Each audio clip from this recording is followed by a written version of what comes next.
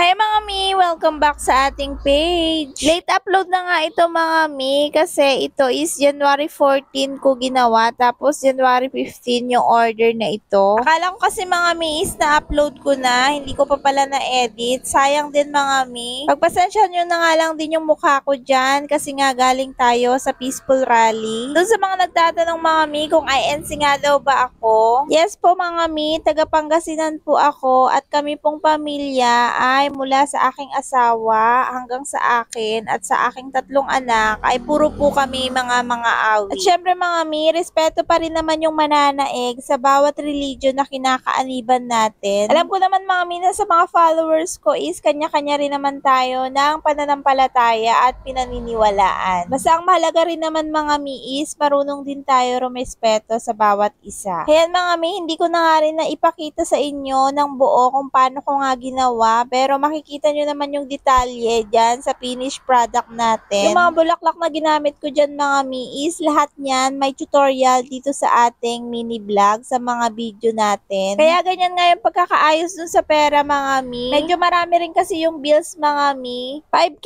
nga yung worth nung pera dyan mga mi. Combination siya ng 100 tsaka 50. Malaki ang bouquet na yan mga mi kaya medyo nahihirapan din ako pag ganyang karami yung aayusin natin. Kaya nakita nyo naman sa video mga mi ay makikita nyo naman talaga na wala pa talaga ako masyadong tulong. Pero syempre mga mi, kailangan natin gawin yung order ano pa man yung mangyari. Hanggat may naniniwala mga mi at nagtitiwala sa atin, syempre kailangan nating ibigay din yung best natin sa mga ganitong mga pa-order natin. Ang papel kasi natin bilang crafter mga mi ay makapagbigay din tayo ng magandang product or masusurprise din naman yung mga mahal sa buhay ng mga buyers natin. Alam nyo yun mga mi, yung tayo rin yung nagiging way para kahit paano is mapasaya rin natin yung mga mahal natin sa buhay sa pamamagitan nga ng pagbibigay natin ng mga ganitong mga bouquet. Ang request ng client mga mi ay violet kaya kinonbine ko na lang din yan ng violet tsaka light violet. Buti na nga lang mga mi is nagawa ko na nga yung mga bulaklak na yan, stock ko na nga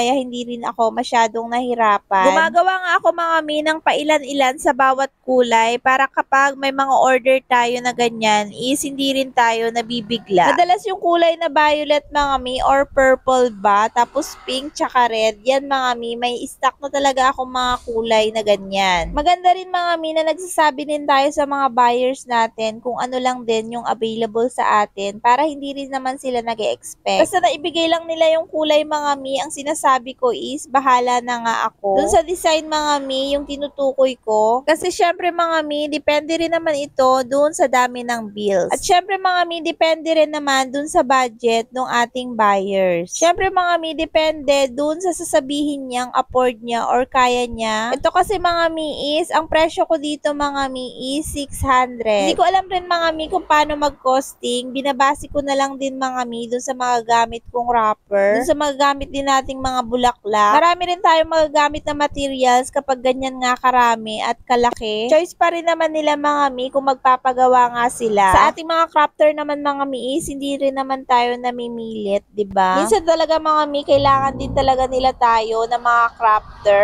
kasi yung iba mga mi is hindi naman din nila naaasikaso na mag-DIY pa ng mga ganyan. Ako talaga mga mi, mas gusto ko talaga yung pre-order. Kasi sinasabi ko talaga mga mi kung magagawa ko rin naman yung gusto nila. Basta nagiging honest lang din talaga ako mga mi doon sa kaya ko. Merong mga namamahalan, meron din naman mga mi na mura lang daw yung pagbigay ko kaya nagbibigay sila ng tip, o di ba? Tulad nito mga mi is may tip ako dito, o di ba? Huy, sana all. Kaya kapag may tip ka mga mi ay syempre galingan mo na. Alam nyo yun mga mi, kahit pa ilan-ilang lang din yung magiging buyers natin, kapag paulit-ulit naman silang order ay malaking bagay na yun. Kasi naman pinipilit natin gawin mga mi yung hindi naman natin din kayang i-provide para sa mga buyers. Wala akong pinapatamaan dito mga mi ha. Uy, issue na naman kayo. Speaking of issue mga mi, hindi pa rin tumitigil yung mga issue. Marami pa rin ako nakikita sa GC natin, 'di ba? Pero syempre, deadma pa rin sa atin na alam natin yung sarili natin is ginagawa lang din natin yung the best natin dun sa mga pa-order natin. Tsaka kung hindi naman tayo naapektuhan sa problema ng iba is for the go lang tayo mga mi. Wag na tayong makisawsaw or makialam pa. Mas maganda maganda mga mi na i-build na lang din natin yung sariling kakayanan natin. Huwag na natin pinagpapapansin yung hindi naman kailangan. Minsan kasi mga mi, pag pinapansin pa natin yung mga bagay na yan, is hindi na rin natin naaasikaso yung dapat nating gawin. Kaya for the go lang tayo mga mi, is magkaroon tayo ng sarili rin nating mundo. Huwag tayong nagpapa-apekto mga mi sa mga negative vibes. Payo ko lang ito mga mi ha, sa mga baguhan, sa mga mag-uumpisa pa lang. Basta ang technique lang talaga mga mi is mag-focus lang tayo dun sa goal natin. Yung sabi ko sa inyo mga mi, makikita nyo talaga yung grow nyo kapag nag-focus lang kayo dun sa gagawin nyo. As you can see mga mi, back to tutorial, malapit na nga tayong matapos. Paulit-ulit lang din naman mga mi yung tutorial ko sa ganito kung paano nga rin ako mag-wrap. Sabi ko nga sa inyo mga mi kung saan kayo komportable at kung ano yung tutorial na gusto nyong gawin at gayahin, dun lang din talaga kayo mag-focus. Pero syempre mga mi, ang makikita nyo dito sa tutorial ko sa pagra-wrap sa mga money bouquet natin ay yung combination nga nung mga colors. Dito mga mi is makakakuha nga kayo ng idea kung paano nga natin laruin yung mga kulay. Tapos yung mga ginagamit ko dyan mga mi